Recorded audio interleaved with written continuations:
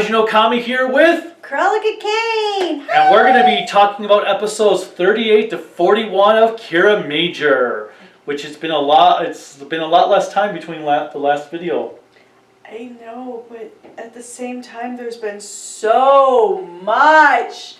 I want to say to Japan, to Toei, to the director, I can't remember their name, and to the actors. Well, the director changes, but whomever the current showrunner is. Ayakawa. I want to thank Toei, Ayakawa, the cast, and just Japan in general for having some kind of conscience with all that's been going on pandemic-wise to create, finally,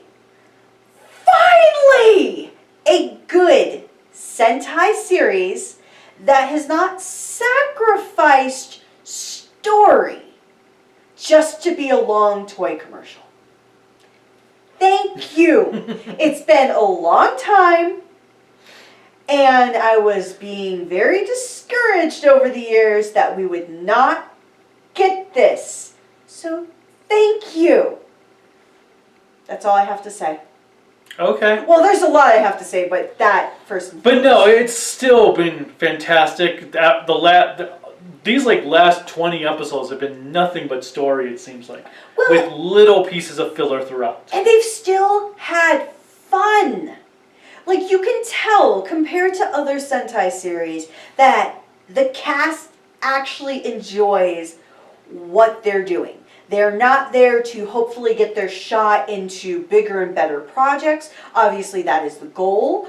But they're there to actually do a good job. And in the beginning, I was a little concerned, but you can actually see growth in all 5 of the main cast, which is impressive because Rio Soldier proved that you can have the same acting style in episode 1 and not progress as a professional in the final episode. You have the same tone. Just saying.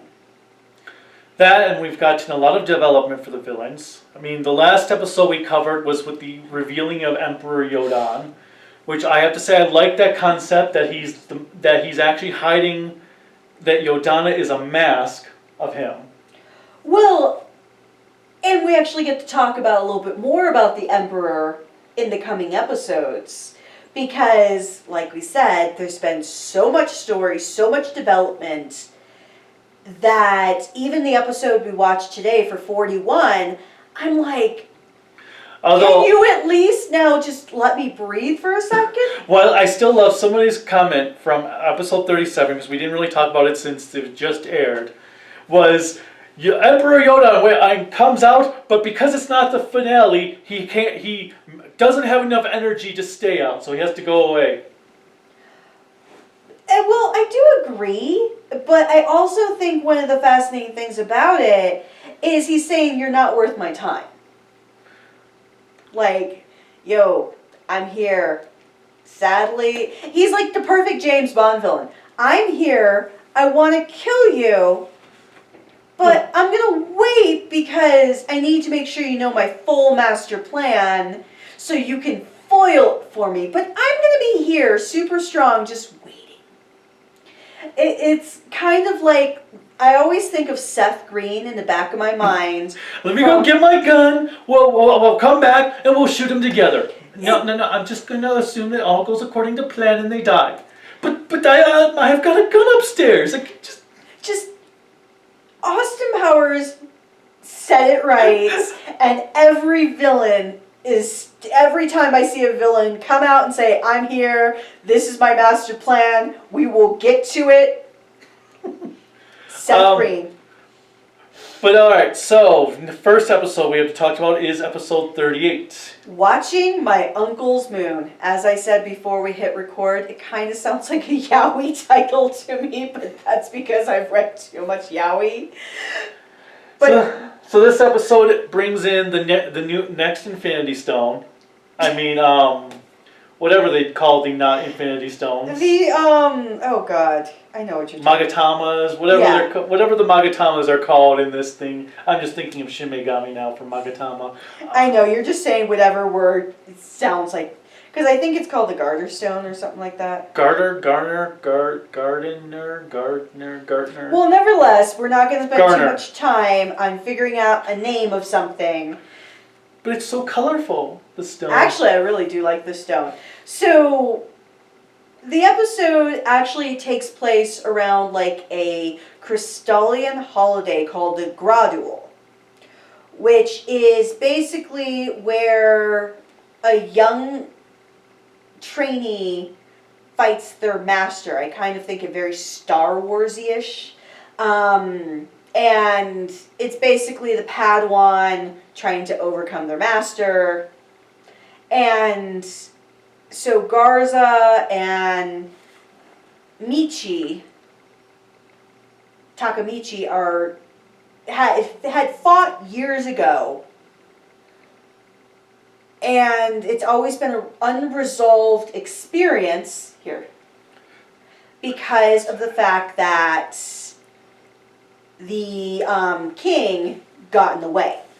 And so Takamichi never understood why the king interfered.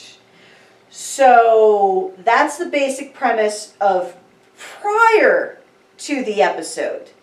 Then the episode... The stone is making him think he's actually having dinner with his uncle as they're preparing for this duel, and he's eating dirt that he's thinking is actual food. Oh, it's so bad. But then Garza decides, oh, I'm going to take advantage of this.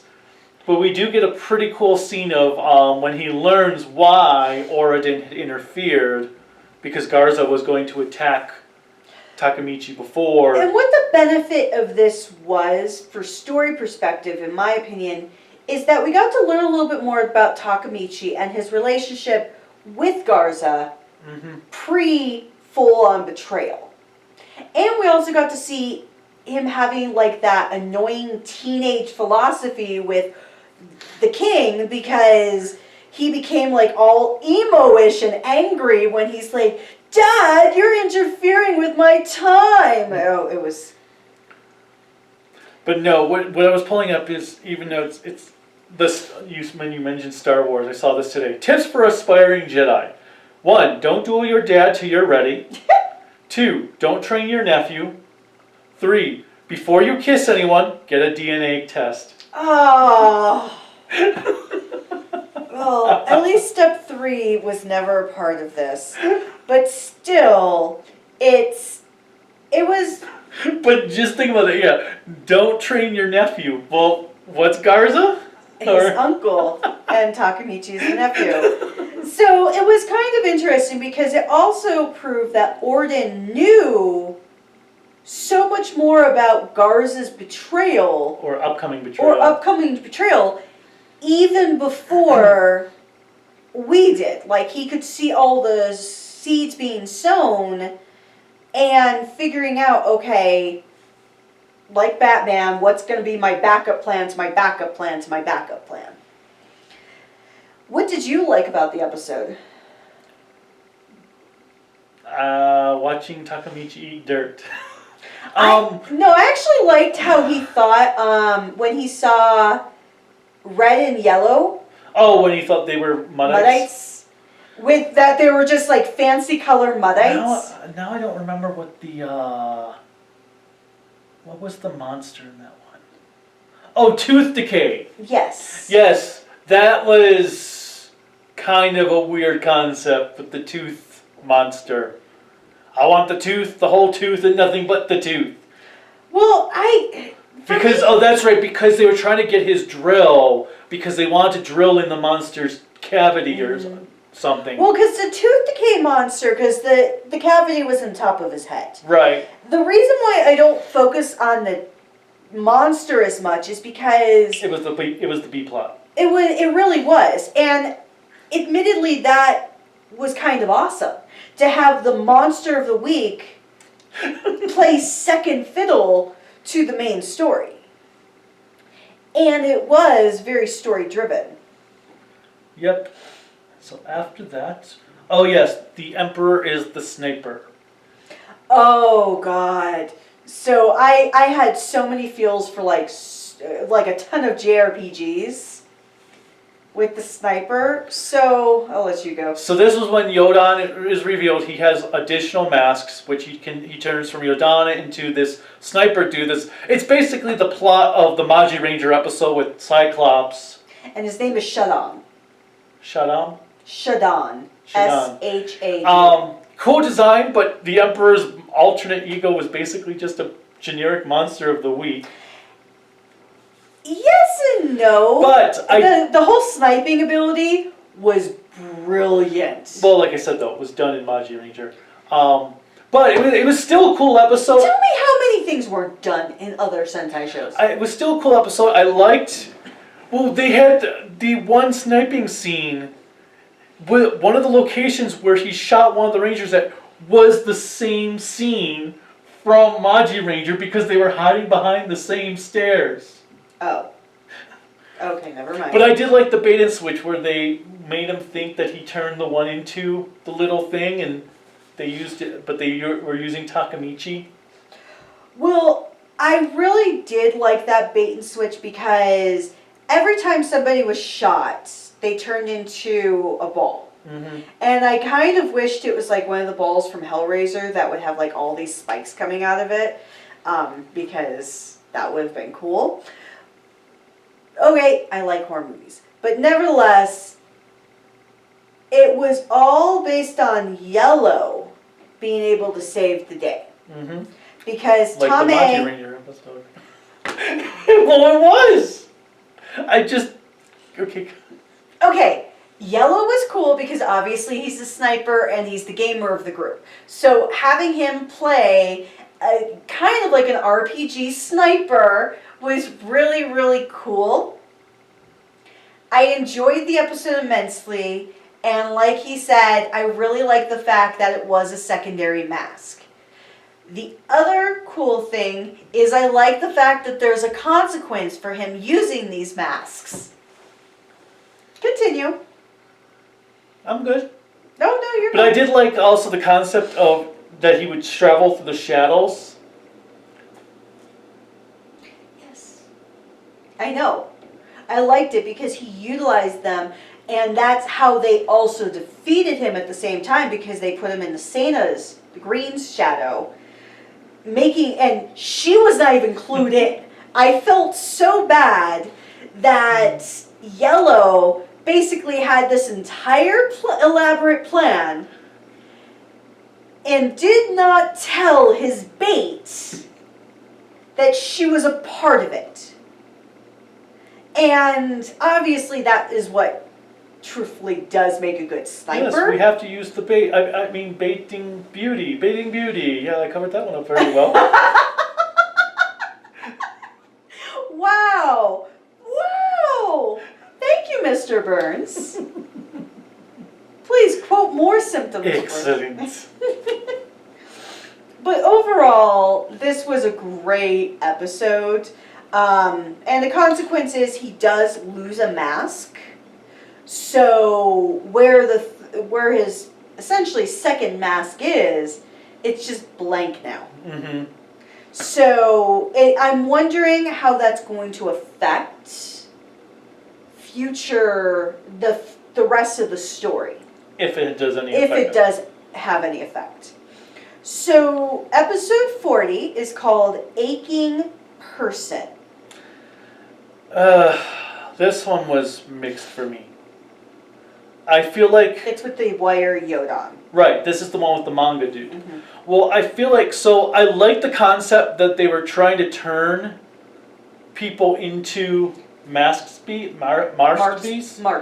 But we never actually saw him possess the manga dude. So he just suddenly starts acting weird out of nowhere. And there was no build up to it at all. I will say story-wise, what helped me still enjoy the episode is that Judru is a perfect example of a character in a modern era who is introverted, but obviously doesn't completely display it, and is very shy, very unconfident. Unconfident, I said.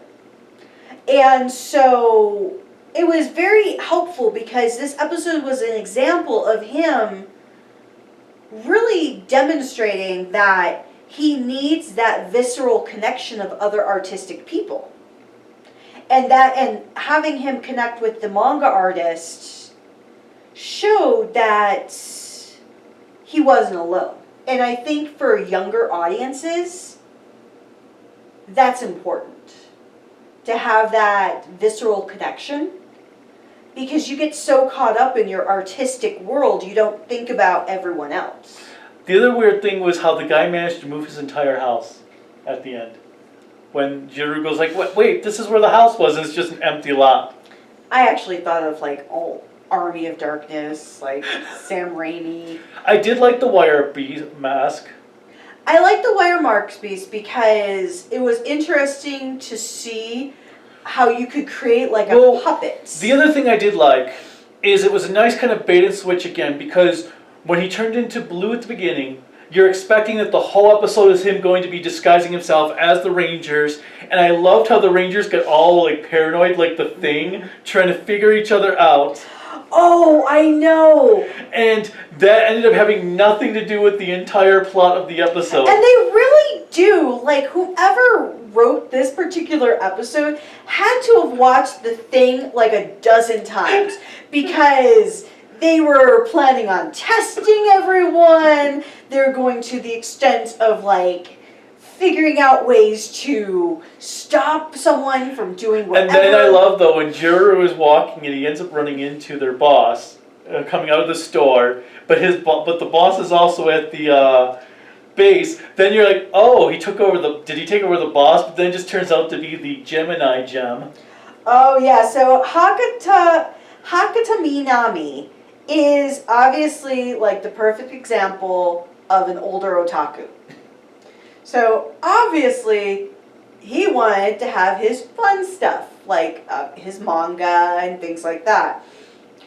And I could see in real life you doing this. Mm-hmm. You having the little like blue figurine that could be turned into you. I could see this happening for even us. We'd be going out for anniversary, and I would not be with you. I would be with this. I could see you doing that. That's so mean. Is it false? I'm not sure 100%. But this probably was the weakest of the most recent episodes. Yeah, like I said, I liked the stuff of actually when you saw the manga dude, like the way they filmed it with him going dark. But it didn't make sense because we never actually saw him get possessed or anything. It just seemed, because we had the one scene, he's all happy and talking to the kid and Juru. Juru leaves for a moment, comes back in, and suddenly the guy's just sitting there on the bed all like... Like, I kind of feel, if not for COVID and them having to shave off a couple of episodes, that this probably would have been a two-parter.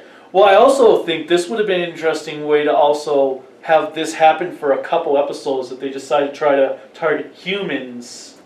Oh, absolutely. Because I will say that's the one thing that the series has not done, is they obviously possess or kill humans. Well, kill, because nobody really dies anymore. But I would have liked to see them try to possess humans a little bit more. It would have been nice to have that go on for several episodes. But look how much it failed in Rio Soldier, so I'm kind of happy they didn't do it.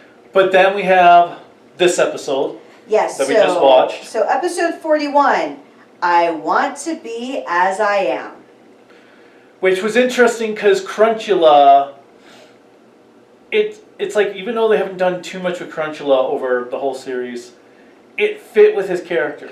Well, I disagree with that, because I actually feel subtly they have done a lot with Cruellica, because it also harkened back to a previous episode. When one of his personalities were destroyed. Yes, when one of the personalities were destroyed, because we don't know which part of his personalities were destroyed. We just know one of them. Mm-hmm.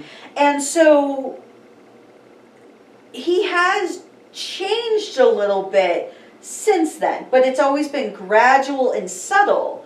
So I kind of feel like this was a great way of showing the full eclipse. I also thought of a midlife crisis at the same time. Well, I also like when even Garza's like, wait a minute, is this because of him losing a personality? Well, so Garza has been more regulated to the background. Not background is like he doesn't have any importance, but is kind of like even spying on Yodan's people to see, okay, is this a smart move? Because I kind of feel like he is going to be the true final villain based on even this episode alone. Well, yeah, because he seems like he's starting to realize that siding with Yodan is not going to achieve his goal. Mm-hmm. So I kind of feel like this was the episode where him being in the background, because we see Yodana starting to unravel, and obviously knowing that she's part of the Emperor. I wonder if maybe that's kind of one of the effects of him losing one of himself. What, the mask. sniper dude? But it was a fantastic episode. I don't know if you like the monster all that much, because it was a lucky cat charm. So in Japan, they have basically a figurine of a cat that has one arm that's constantly up. And basically, like for slot machines, the arm can go down and it gives you a fortune. I've played games with it, so I know. And I actually love the lucky cat because it's so much well, fun. I will say I liked at the beginning when they're like, oh, are you in a slump? And then we see him, Cruellica, just sitting on the stairs looking all bummed out when the cat monster comes along. And then when the Rangers show up with the cat, they're like, oh, is Cruellica out of ideas? I and then in a slump? And then Cruellica walks out of nowhere and he's like, shut up! I am not out of ideas! That is wrong! This is the coolest monster in the known universe! And so the point of the lucky cat, at least in this episode, is to turn people into cats. Obviously not physically into cats outside of a cat ear, but they have the traits of a cat. And I do not agree that cats are the most extremely selfish animals in the universe, because I think of them as very loving and comforting. Yes, they look at people as their servants, but that's the extent of how I think they're selfish. But I loved it because all of the actors, even the side actors, they did a fairly... Oh, okay. I liked when they were doing all their poses with new backgrounds for the cats.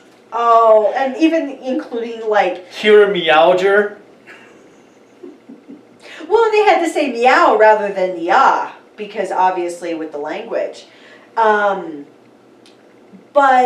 Sana and... I can't remember Pink's name now. Sayo? No. No, not Sayo. Oh yeah, it's Sayo. You're right. So Okay. Sana and Sayo. So they are, they get captured by Green and Blue. Green and blue? Or- Sana is green. Oh no, Blue and Yellow. And it was kind of funny because Blue, apparently, so Shigeru, apparently has a crush on Sayo. Based on the comment of like when Sayo rubs up against him, that sounds terrible as I say it, but leans against him like a cat, and he's like, this is not as bad as I thought. And then when she goes and runs and passes out because cats sleep, he's like, I'll take a cat nap too. I'm like, oh my god. And this guy was in Garo. That's all I think of. He was in Garo. But it was hilarious, and when they're all when they all are chasing after them for the green feather thing, and then Takamichi's like, "Okay, here, you take it." So not only that, so Red basically is like our friend Cruellica's Bloodborne, shiny. Chases after Cruellica. Cruellica cannot get rid of Red because Drew is like honed in on parts of his outfit, And then they see like this whole painting thing, and they do a really cool like painting montage where Cruellica is having so much fun.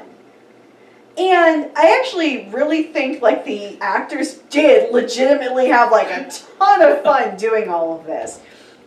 And it was almost like a bonding moment between a cat and the human, so to speak. So that was so cool. And then Sena and Sayo are just playing with cat toys the entire time and acting like cats trying to destroy everything at the same time. I liked how they blurred out the food Takemichi gave them. I want to know what those were. They're probably sardines. I'm hoping they're sardines.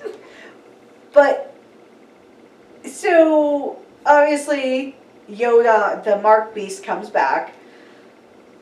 I don't know why Takemichi decided to take the cat toy and use it as, like, a conductor's stick to say, you're going to do this. Because, obviously, it's just like having one of those lights. Those, like, pointer lights. Anytime you give a cat something to focus on, they're going to focus and stay forever. Like how, and then honestly, their ability to see what's going on around them was pathetic if they did not know they had two cat girls following them. Oh, I did like at the end when you had the mech battle in the background with the monster blowing up, and when they were blowing up the lucky cat below there. Mm-hmm. That was a pretty cool shot. Well, that's not the first time they've done that in the series. But it's still pretty cool. But yeah, overall, it's been still fun. Can't wait for the last 4 episodes. But it had so much story again because Yodana, i.e. the Emperor, was also getting frustrated and finally said, you know what, you're no longer of use to us. And killed Cruellica. But like in comics, if you don't see a body, they're not dead. But yep, so that's pretty much it until we will be doing one final Kiramager video after the finale. Because we got 42, 43, 44, and 45. Yep. 4 more episodes. And then, well, we still have to watch it. We have a responsibility. At least the first episode. That's what we did with Saber. Mm-hmm. That's what we did with Saber. Mm-hmm. But, as I said with Saber, I know we're on Kiramager, but as I said with Saber for the next one, you have to still review it. Yeah, whatever. That's pretty much all we've got. So, write in the comments what you've been thinking of these past Kiramager episodes. And tell us who your favorite character was in Kiramager. Because I will say right now, mine is Cruellica. Who's yours? My favorite? Yellow. Still yellow. Tametomo? Yes. Well, on that note, have a great rest of your day, great rest of your week, and click like, subscribe, bell notification, blah, blah, blah. Patreon, Kaiju no Kami, Facebook, Kaiju no Kami, Twitter, Kaiju no Kami, Instagram, Kaiju no Kami, and Kaiju no Kami other stuff. And then Creativity by Design, LLC.com. And if you really want to search for me, I go by Kelly Kane. Bye! Or Cruellica. Until next time, well, you already said bye, so you just ruined it. Bye!